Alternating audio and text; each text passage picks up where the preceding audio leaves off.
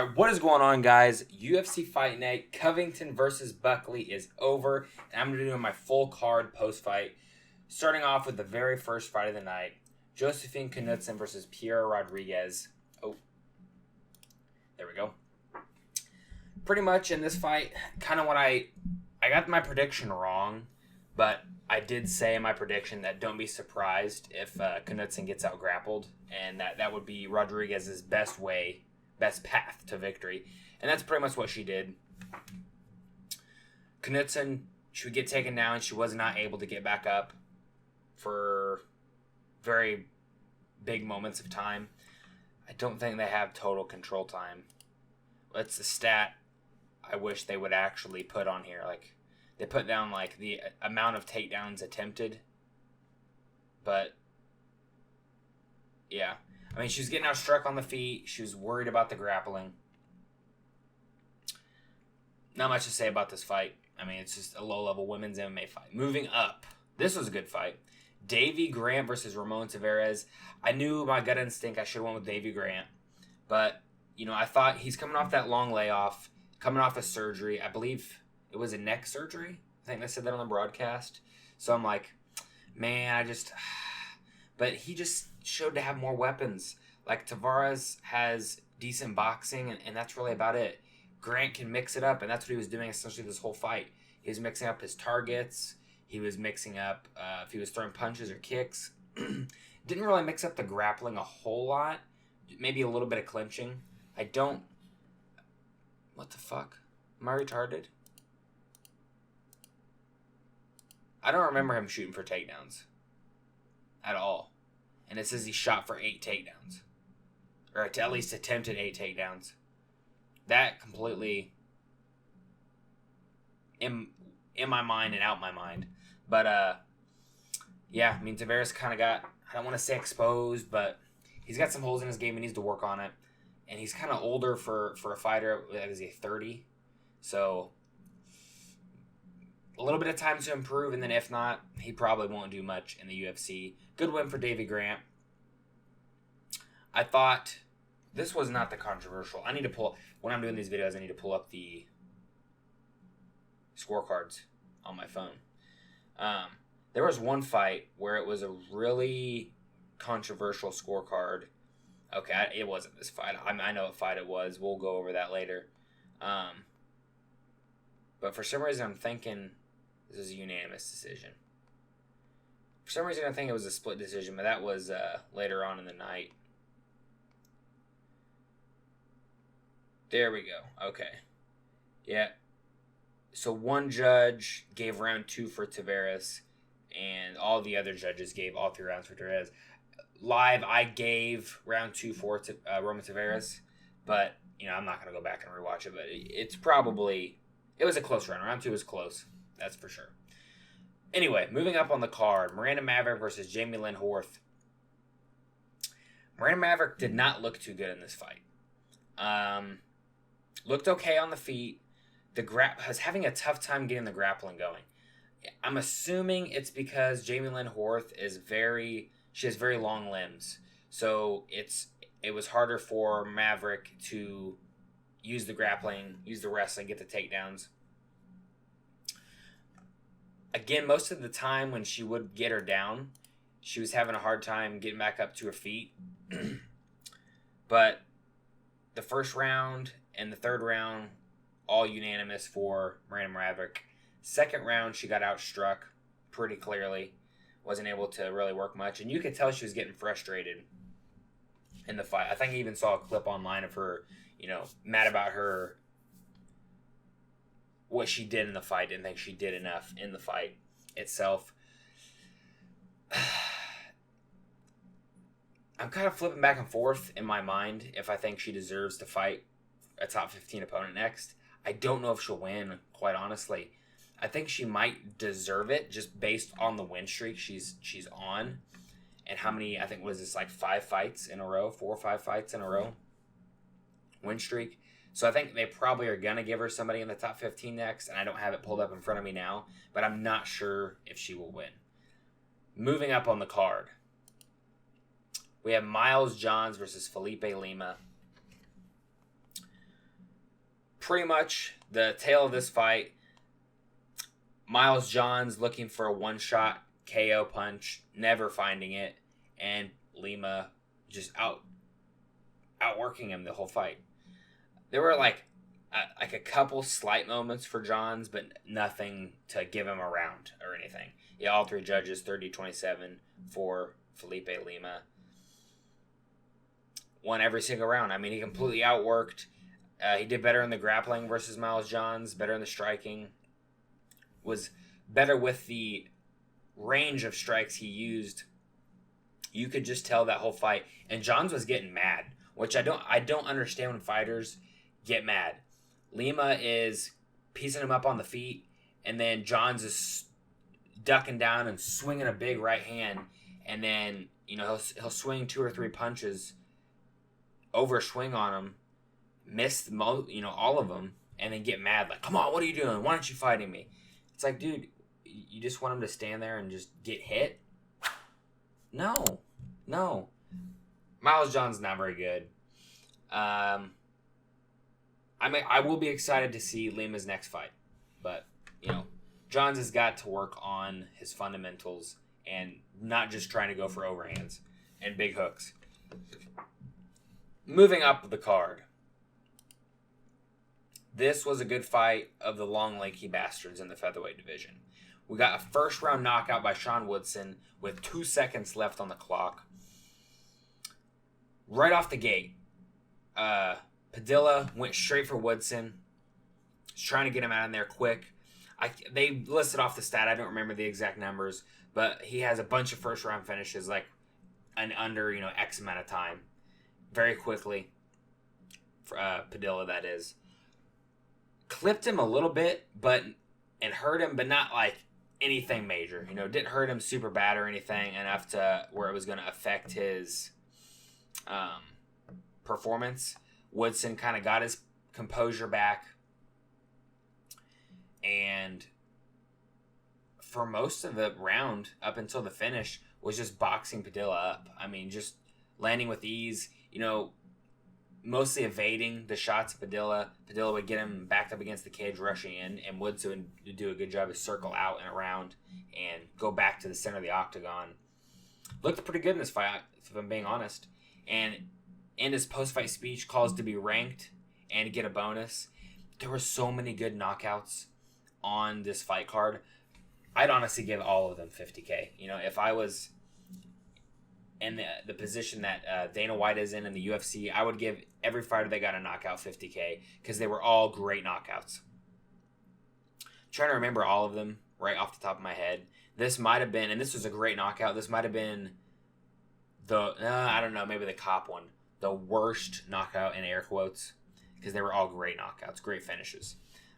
Give him a ranked opponent. I'll go over it. I'll see who I'm going to give him, and I'll bring that to you guys in my next video. But great performance by Sean Woodson, getting the first round knockout. Moving up the card, we have Joel Alvarez versus Dakar Close. This fight was not close at all. Not funny? Okay. Pretty dominant win by Joel Alvarez. There was really no point in this fight where I thought, Alvarez is going to have to be careful. Close might get him with this or that. It was essentially Alvarez doing. I hate these stats because you never know if they're right or not. It's showing that he outstruck him. Well, first of all, this doesn't make any sense because there was no round 1, 2, and 3. Is it different? It is. See, this shit, they don't even have this shit on here, right? You can't go by this shit. Is it the same for everyone? I haven't been paying attention. Let's see real quick. See how good the UFC's website is. Because this does not make any sense. I'm going to flip shit if it loads my damn page again. It does. They don't even have the stats loaded up correct on the website. Multi-billion dollar company. They can't even get their website updated. Anyway, great fight. Great knockout by Joel Alvarez. The finishing sequence was brutal. He goes in. I think he clipped him, was with a left hook and a right hand, or that was the other knockout. Essentially knocks him out, gets him up against the cage, puts him in a guillotine. I think he realized that he was knocked out and just starts hitting him with hand. Like, he's still got his head in the guillotine, but he's peeled it off to the side and just hitting him with hammer fist. The ref stops it. Great win by Joel Alvarez. Give him somebody in the top 15. I think he called out Donald Cerrone. Are you serious? No. Maybe I don't want to give him somebody in the top 15 now. He's calling out Donald Cerrone to come back out of retirement, who's been juicing openly. No, terrible matchup. If Donald Cerrone comes back, he needs to fight another old guy. He doesn't need to be fighting young. I mean, I understand why he wants to fight him. It's going to be an easy win for him. Cerrone's looked like shit in his last few fights, unless, he's still getting the benefit from those steroids he's been taking. Great fight. Give him a bonus. Moving up on the card. Another great fight. Michael Johnson versus Ottman Azaitar. Not the best level opposition in Ottman Azaitar. And I have the scorecards pulled up right here. One judge did score the first round for Ottman Azaitar. I thought it was a pretty clear Michael Johnson round. Was able to outstrike him. I do think I notice Michael Johnson, he's still so fast. But I do think I notice he's slowing down a little bit. What is he? I think he's 38 or 39 years old. So he is older as a fighter. I think he's just starting to slow down a little bit. But he's still fast. He's so fast for the lightweight division. Calls. He wants to keep working his way back up. And I'm assuming to a title shot. I don't think that's going to happen. I don't know who to match him up with next. We'll figure that out. Ottman Azaitar, not the best level opposition. You could tell he was going similar to Miles Johns earlier. You could tell he was looking for that one shot to put Michael Johnson out, because Michael Johnson can be KO'd. If you touch him flush on the chin with a perfect power shot, you will KO Michael Johnson. But that's not what happened in this fight. So great performance by Michael Johnson, coming back after a surgery. I can't remember what it was for, but coming back off of his surgery after a long layoff. Looked good. Didn't use the grappling a whole lot in this matchup. Used it a little bit in the first. I think, was it towards the end of the first round? I think he shot for a half-hearted takedown attempt. And then I think the same in the second round, just like a half-hearted, just to get him thinking about something else. Did hurt Ottman Azaitar a couple of times. In the first round, he hurt him, and then he was being patient, which was good. And in the second round, when he hurt him, he went for the kill and got the knockout. Moving up, opening up the main card. I almost got my prediction right so many freaking times, and that pisses me off that I didn't. Navajo Sterling versus Tuco Tokos.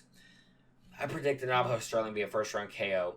There were so many moments in this fight where if Navajo Sterling would have just pressed a little bit more, he could have got the finish. Absolute domination all three rounds by Navajo Sterling. I mean, Tokos was essentially a heavy bag for 3 rounds. The second round was just slightly more competitive than the first round and the third round for Tokos, that is. Tokos doesn't belong in the UFC. He does not look UFC caliber, just at all. There's not much to say. I mean, in all 3 rounds, there were moments where Sterling could have finished that fight if he just would have pressed a little harder. But I think he might have been worried about gassing out. And I'm not sure if he's been to a decision yet. I don't know. I'd have to look that up. I don't think he's been to a decision yet. So he's probably worried about gassing out. And Tokos was having a little eensy bit of success in the grappling in the second round. Not much, but a little bit in that second round when Sterling started to slow down a little bit. So, looked good in his first fight, making his UFC debut. Not sure if I'm sold on him yet. He looks really good on the feet. decent in the takedown defense. I think that's probably going to be definitely his biggest weak point is the takedowns, defense, and his ground game. But I thought he looked good. Honestly. Moving up on the card, Adrian Yanez versus Daniel Marcos. Got this fight wrong. I picked Yanez via decision. I was close. And although I was close, I think if Yanez would have got this, I think it would have been a robbery. So I think there's one judge, Eric Colin. I think this is how I scored the fight. They scored the first round for Marcos, or he did. He scored the first round for Daniel Marcos, second round for Adrian Yanez, and third round for Marcos. First round, there's no way you could give that round to Yanez. Clear Marcos round, outstriking him on the feet. I believe, was it the first round there? I think there was a nut shot in the first round. Speaking of, we got some stuff to talk about nut shots here in a minute. No homo. Takes the break in the first round. Yanez does. Comes back, looks aggressive, but doesn't really do anything with it. Marcos is clearly outstriking him. I believe he stung him once in the first round. Second round, way more competitive. Yanez, I scored the second round for Yanez. I think he landed the better shots. At one point, I thought he might have hurt Marcos, but I wasn't 100% sure. I don't remember exactly what moment that was in that round. Third round, again, third round's more competitive, but Marcos is, in my opinion, landing the better shots and using the grappling more effectively in the third round. So, one judge... No, I'm thinking of a different fight. Because I think Yanez actually got Marcos down in the third round, but didn't do anything with it. It's like 2 a.m. I'm getting all my fights all mixed up. Yeah, I'm pretty sure third round, it was Yanez that got Marcos down, but he didn't do anything with it. And then on the feet, Marcos did the more damage. So that's why I gave him the third round.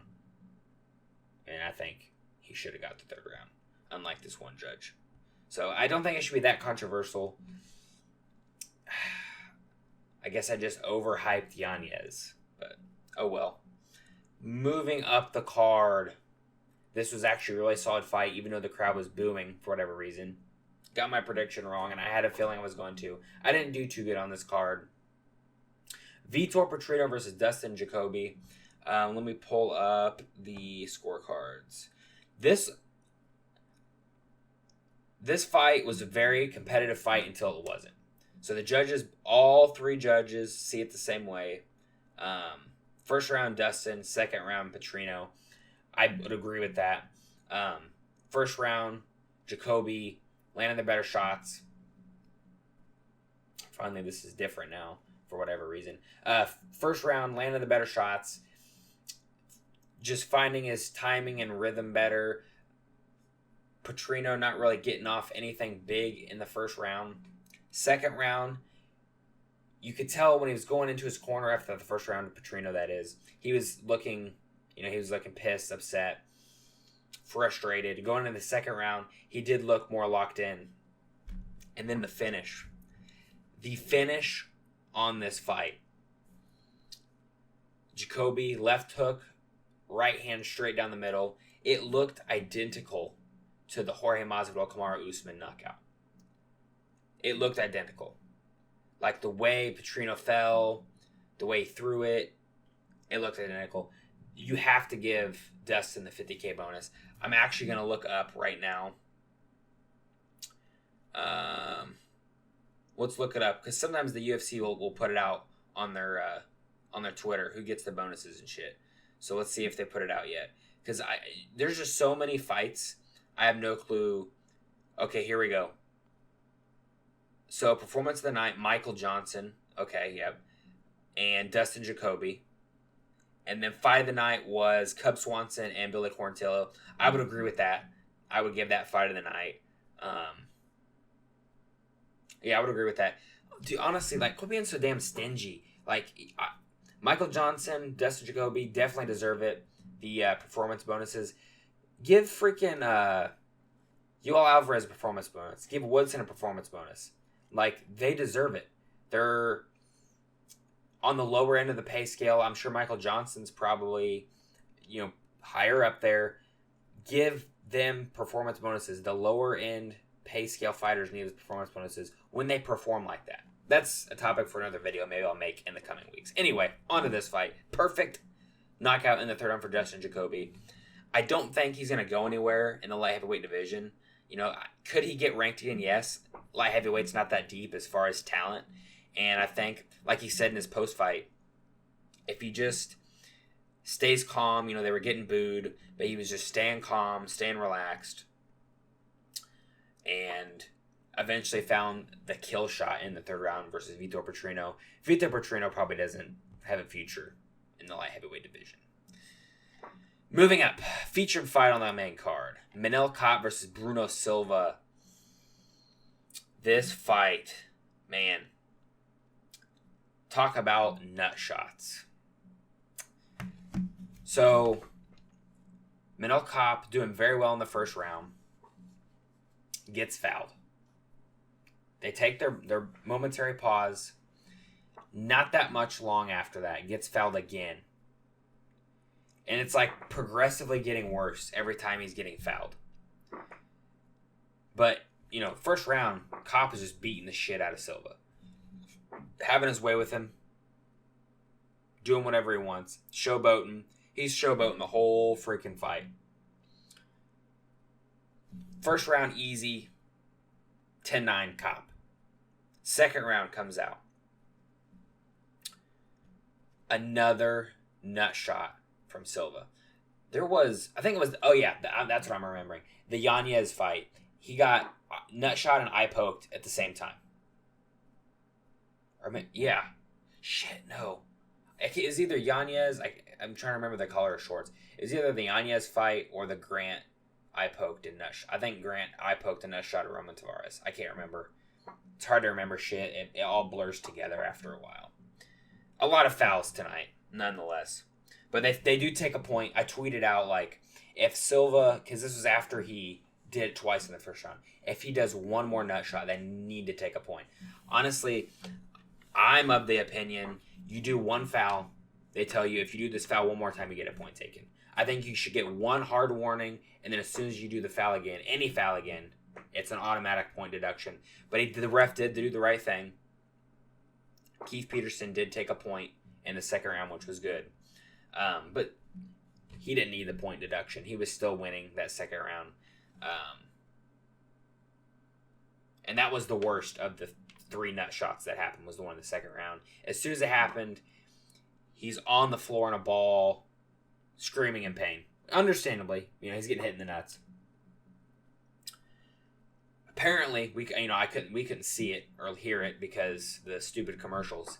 But in between the second and third round, Kape was telling Dana White that he wants his title shot, and went on the mic afterwards yelling about his title shot, and immediately after the fight. Goes out in the third round, gets the TKO, started with body shots. I see some people online saying that it started with a nut shot.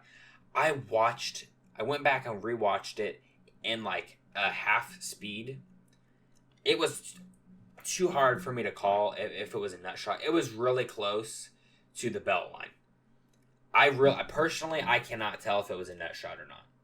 So you guys let me know in the comments, was it a nut shot that started the ending sequence for Manel Kape?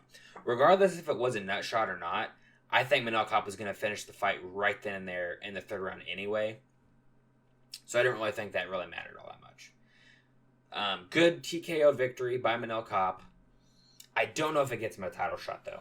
Honestly, I'll break down the division a little bit more in my Fights to Make video, but as of right now, I don't think that's going to be getting Manel Kape a title shot. But you never know.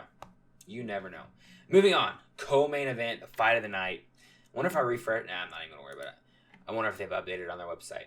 Cub Swanson gets the knockout in the third round. This was a great fight, honestly. Great fight. Checking the scorecards here.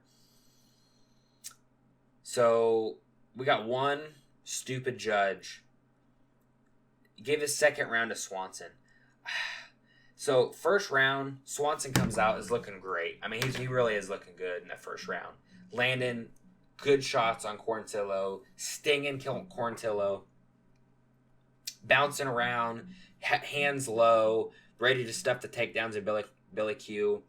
And for the most part did. Again, these are not accurate. They've been the same for every fight. I think even the strikes have been the same for every fight so far. But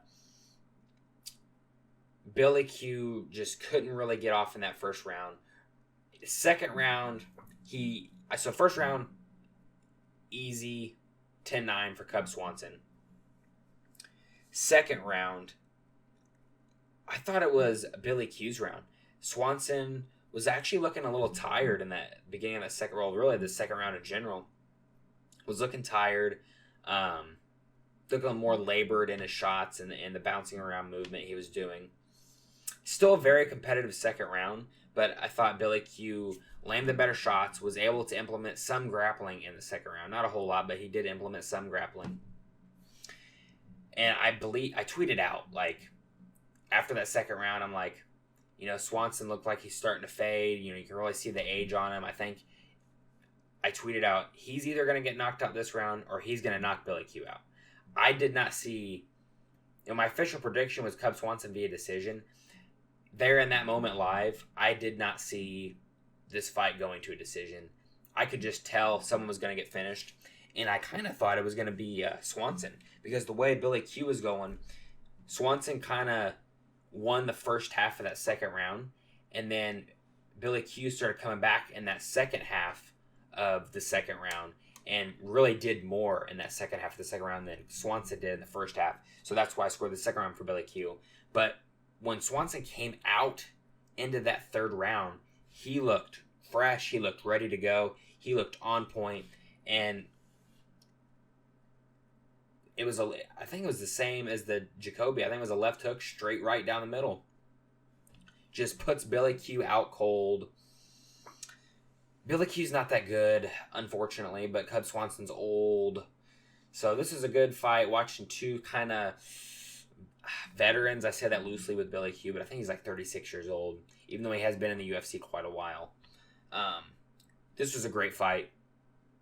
Great finish. Cub Swanson says he told his wife this may be his last fight, but he wasn't 100% sure. I think he needs to retire.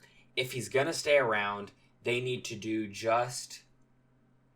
Don't give him any... He doesn't need to fight any young, up-and-coming, none of that bullshit. Just give him like fun fights like this.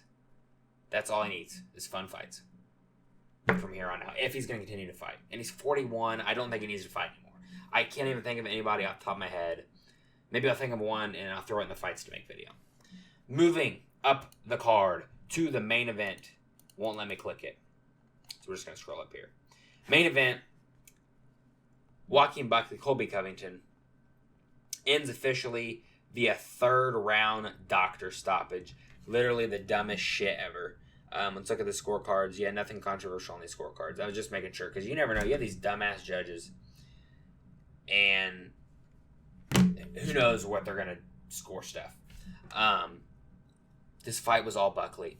And I can already see the excuses that Colby Covington's going to have. It was within the first minute of the first round. I think really it was like the first 40 seconds. Colby got a cut right on his eye, like right on his eyelid. And I'm sure he's going to say, if I got that cut within the first 30 seconds of this fight, it affected my ability to fight. And he was constantly rubbing it. I'm sure it hurts. But you're constantly rubbing it. It doesn't look good in the eye of the judges. Colby's looked like shit in this fight. I think Colby's done. Colby looks like a shell of himself. He wasn't, he took this fight on 3 weeks' notice, so I don't expect him to have the cardio like he normally would. I will say I think he looked slightly better than he did against Leon Edwards, but that's not saying much. Like, Leon Edwards, he just really didn't do much of anything in that fight.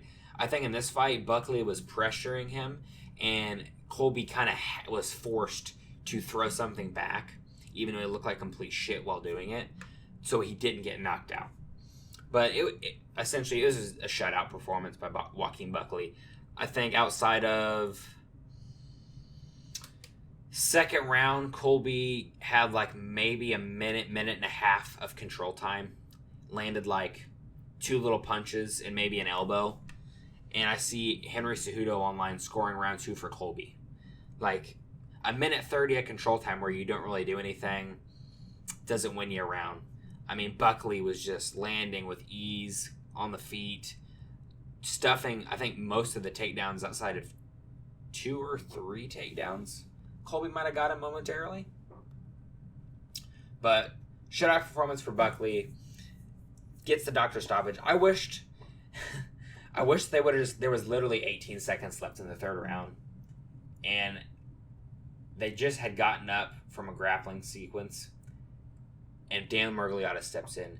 I wish he just would have let the 18 seconds go by and stop it in between rounds. So it would have been considered a 4th round TKO. And that would have been a perfect pick on my part. It wouldn't have been the doctor stoppage pick, but perfect pick on my part for 4th round TKO for Joaquin Buckley.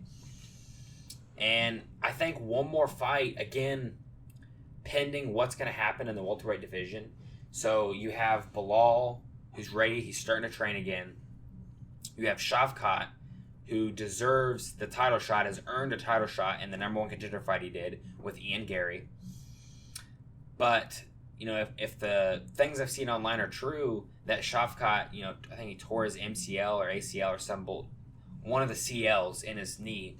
He's not going to be able to fight for, 6, 8, 9 months? So if that's the case, I mean, you got JDM, but, you know, I'm seeing rumors that JDM and Usman are going to be fighting in Australia. I love that fight. I know Buckley kind of called for that fight in his post-fight, but I would rather, I mean, if Shavkat's going to have to sit out, I'd rather JDM and Usman fight. Let's see JDM against another grappler and just give Buckley the Bilal fight. Let him fight for the title. I mean, he will have beaten Colby, who's a former interim champion, fought for the belt, 3 times? 4 times if you count the interim. And then the fight before that, fought and beat, knocked out Wonderboy Thompson. Yeah, he's old, I get it. So, you know, even if we don't count that, he did fight for the belt twice. Fight before that, beat Vicente Luque, who's recently come back and actually gotten a win. So, all ranked opposition. But, you know, if Shavkat can't fight and they're going to have to wait, I would just throw Buckley in there. But, you know, overall, I thought it was a good, solid card. You know, the first fight wasn't very good. But other than that, I think this was a solid main card, or solid card in general to go out on. The last card of 2024. Let me know in the comment section, what did you guys think of this fight night, the last fight night of 2024. If you guys are not subscribed, make sure to subscribe, drop a like on this video, and I'll see you guys in the next one. Goodbye.